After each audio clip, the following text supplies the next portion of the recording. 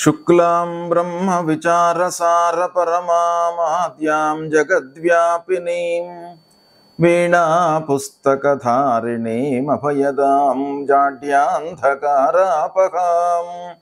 हस्ते स्फाटिकमालिकां विदधतीं पद्मासने संस्थितां वन्दे तां परमेश्वरीं भगवतीं बुद्धिप्रदां शारदां। श्री महागणाधिपतये नमः। श्री महासरस्वत्यै नमः। श्री गुरुभ्यो नमः। 2024వ సంవత్సరం అక్టోబర్ నెలలో కర్కాటక రాశి వారికి గోచార ఫలితాలు ఎలా ఉంటాయో తెలుసుకుందాం.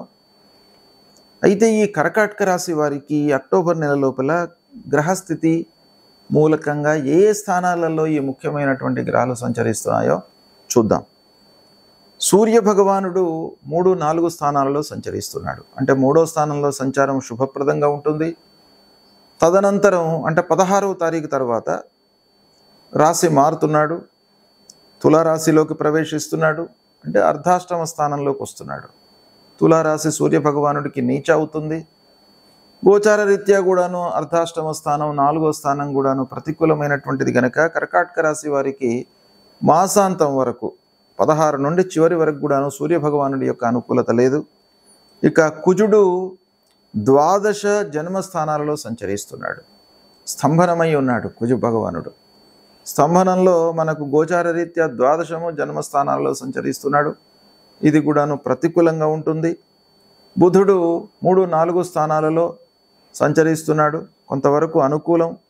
గురు భగవానుడు మట్టుకు ఏకాదశ స్థానంలో సంచరిస్తున్నాడు. కర్కాటక రాశి వారికి ఈ ఏకాదశ స్థానంలో గురు భగవానుడి యొక్క అనుకూలత పరిపూర్ణంగా ఉంది, సంపూర్ణంగా ఉంది. భాగ్యాధిపతి ఏకాదశంలో సంభవిస్తున్నాడు. ఇక శుక్రుడు 4-5 స్థానాలలో సంచరిస్తున్నాడు, అనుకూలంగా ఉన్నాడు.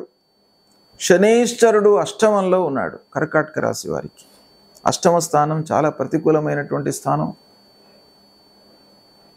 మనకు సడన్గా ప్రాబ్లమ్స్ ఇచ్చేటువంటి స్థానం. ఆ స్థానంలో సంచరిస్తున్నప్పుడు దుష్టగ్రహాలు కొన్ని ఇబ్బందులు క్రియేట్ చేసే అవకాశాలు ఉంటాయి. కనుక అష్టమ స్థానంలో శని మూలకంగా ఇబ్బందులు తప్పవు. శని అష్టమంలో ప్రతికూలం. రాహువు భాగ్యస్థానంలో అదృష్ట స్థానంలో సంచరిస్తున్నాడు, ఇది కూడాను ప్రతికూలం. కేతువు మట్టుకు 3వ స్థానంలో సంచరిస్తున్నాడు, అనుకూలంగా ఉంది. ఈ విధంగా గ్రహస్థితి ఉంది. అయితే ఓవరాల్గా మనం చూసినట్టయితే కర్కాటక రాశి వారికి గురు భగవానుడి యొక్క అనుగ్రహం ఉంది, 50% సూర్యుడి యొక్క అనుగ్రహం ఉంది, బుధుడి యొక్క అనుకూలత 75% ఉంది, శుక్రుడి యొక్క అనుకూలత 100% ఉంది, కేతువు యొక్క అనుకూలత 100% ఉంది. ఓవరాల్గా శని, అంగారకుడు, రాహువు ఈ 3 ప్రధానమైనటువంటి గ్రహాలు ప్రతికూలంగా ఉన్నాయి. ఈ విధంగా ఈ స్థానాలను చూసినట్టయితే అక్టోబర్ మాసంలో గ్రహస్థితి కొన్ని విషయాలలో బాగా జరుగుతుంది, అంటే బాగా కలిసి వస్తుంది. కొన్ని విషయాలలో మనకు సడన్ ప్రాబ్లమ్స్ వస్తాయి కనుక కొంత జాగ్రత్తగా హ్యాండిల్ చేసుకోవాలి ఈ మాసం. వివాహాది శుభకార్యాల విషయంలో బాగా కలిసి వస్తుంది. వివాహం కానటువంటి వాళ్లకు వివాహము అవుతుంది. చాలా రోజుల నుంచి ప్రయత్నం చేస్తున్నటువంటి వారికి ఈ సంవత్సరము ఈ మాసం లోపల వివాహము కుదిరే అవకాశాలు ఉన్నాయి. పిల్లలకు కానివ్వండి, ఆ వ్యక్తికి కానివ్వండి. అంటే ఈ కర్కాటక రాశిలో పుట్టినటువంటి వాళ్లకు గురు భగవానుడి యొక్క అనుగ్రహం మూలకంగా వివాహము జరిగే అవకాశము ఉంది. చాలా రోజుల నుంచి సంతానం విషయంలో ఎదురు చూస్తున్నటువంటి వారికి కూడాను సంతాన ప్రాప్తి కనబడుతుంది ఈ మాసం లోపల. తర్వాత ఉద్యోగ ప్రయత్నంలో ఉన్నటువంటి వారికి ఉద్యోగం లభిస్తుంది. అయితే ప్రయత్నాలు చేయాలి కానీ ఉద్యోగం లభిస్తుంది. కానీ శని భగవానుడి యొక్క అనానుకూలత మూలకంగా మీకు ఆ ఉద్యోగంలో ఆదాయం విషయంలో అంటే ఆ శాలరీ విషయంలో మీరు సంతృప్తిగా ఉండకపోవచ్చును, కానీ ఉద్యోగం మట్టుకు లభిస్తుంది. ఆర్థికపరమైనటువంటి ఇక్కట్లు బాగా కనబడుతున్నాయి. అయితే దేవతా గురుభక్తి పెరుగుతుంది. పెద్దల విషయంలో మీరు చాలా గురుభక్తితో ఉంటారు, పూజ్య భావంతో ఉంటారు. తలపెట్టినటువంటి కార్యాలు బాగా అనుకూలిస్తాయి. ఇక ముఖ్యంగా ఉద్యోగ ప్రయత్నంలో ఉన్నటువంటి వారికి శుభవార్త. ఈ మాసం మీకు తప్పకుండా ఉద్యోగం లభిస్తుంది. భార్యా పిల్లలతో సంతృప్తిగా ఉంటారు. కావలసినటువంటి వస్తువులను కొనుగోలు చేస్తారు. అయితే ఇందులో కొంత ఆలస్యం జరిగే అవకాశాలు ఉన్నాయి. ఆర్థికపరమైనటువంటి ఇబ్బందుల మూలకంగా కొనుగోలులో కొంత ఆలస్యం జరుగుతుంది. అయితే పిల్లల విషయంలో మట్టుకు మంచి జరుగుతుంది. మంచి నిర్ణయాలు తీసుకుంటారు, అనుకూలమైనటువంటి నిర్ణయాలు తీసుకుంటారు. వాళ్లను ఒక మంచి మార్గంలో నిలిపేటువంటి అవకాశాలు బాగా ఉన్నాయి. చదువు విషయంలో కానివ్వండి, ఉన్నత విద్యకై ప్రయత్నాలు కూడాను మీకు సఫలీకృతమవుతాయి. ఇక వ్యాపారంలో ఉన్నటువంటి వారి విషయం ఆలోచించినట్టయితే వ్యాపారం బాగా జరుగుతుంది. వ్యాపారస్తులకు ఇబ్బంది లేదు. మనస్సు నిలిపి మీరు వ్యాపారం చేయండి. అంటే సమయానుకూలంగా వ్యాపారం చేయడము అనేటువంటిది చాలా ముఖ్యమైనది కనుక మీకు లాభాలు కనబడుతున్నాయి. అన్నదమ్ముల మధ్యన మట్టుకు ఇబ్బందులు ఉన్నాయి. స్నేహితులు, బంధువులు, జ్ఞాతులు, దగ్గరి వాళ్ళు, మీతో కలిసి పెరిగినటువంటి వాళ్ళు, కలిసి చదువుకున్నటువంటి వాళ్ళు, వీళ్ళందరితో కొన్ని ఇబ్బందులు కనబడుతున్నాయి. కాబట్టి ఈ కార్నర్ లోపల మీరు కొంత జాగ్రత్తలు తీసుకోవడం మంచిది. వాహనముల విషయంలో సడన్గా మీరు రిపేర్లు వచ్చే అవకాశాలు ఉన్నాయి. కాబట్టి ఏదైనా వాహన విషయంలో మీకు ఇబ్బంది అని అనిపిస్తే ఇమీడియట్గానే దాన్ని రిపేర్ చేయించండి. లేని పక్షంలో మీరు ఇబ్బందులను ఎదుర్కొనే అవకాశాలు ఉన్నాయి. ఏదో ముఖ్యమైనటువంటి పనికై మీరు ప్రయాణం ప్రారంభించినట్టయితే అక్కడ ఫోర్స్డ్గా మీకు రిపేర్ వచ్చే అవకాశాలు ఉంటాయి. కాబట్టి మీరు వాహనముల విషయంలో నెగ్లెక్ట్ చేయకండి, చాలా జాగ్రత్తలు తీసుకోండి. పారిశ్రామికవేత్తలకు మిషనరీ మూలకంగా కొన్ని ఇబ్బందులు, ఆర్థికపరమైనటువంటి సమస్యల మూలకంగా కొన్ని పనులు మీరు వాయిదా వేసుకునేటువంటి అవకాశాలు కనబడుతున్నాయి. ఇక డబ్బు విషయము, ఆర్థిక పరిస్థితి విషయము ముఖ్యంగా ఆలోచించినట్టయితే పనులు నెరవేరుతాయి. పనులు మీకు ఈ మాసంలో తప్పకుండా నెరవేరుతాయి. కానీ ఆర్థిక లాభము అనేటువంటిది క్వశ్చన్ మార్క్. మీరు అనుకున్నంతగా మీకు ఆదాయము, లాభము రాదు. తద్వారా కొంత మీరు ఆలోచిస్తుంటారు పని విషయంలో. అయినా కూడాను పనులు మట్టుకు జరుగుతాయి. ఆర్థికపరమైనటువంటి సమస్యలు ఉన్నప్పటికీ మీకు పనులు నెరవేరుతాయి. అయితే మనిషికి కావాల్సింది డబ్బు. ధనమూలమిదం జగత్ గనక మనం వృధాగా పనులు చేస్తాము, పనులు అయిపోయినటువంటి సంతృప్తి వస్తుంది. కానీ మనకు దాని మూలకంగా డబ్బు రాలేదనుకోండి, మనకి అంత సంతృప్తి ఉండదు ఆ పని విషయం లోపల.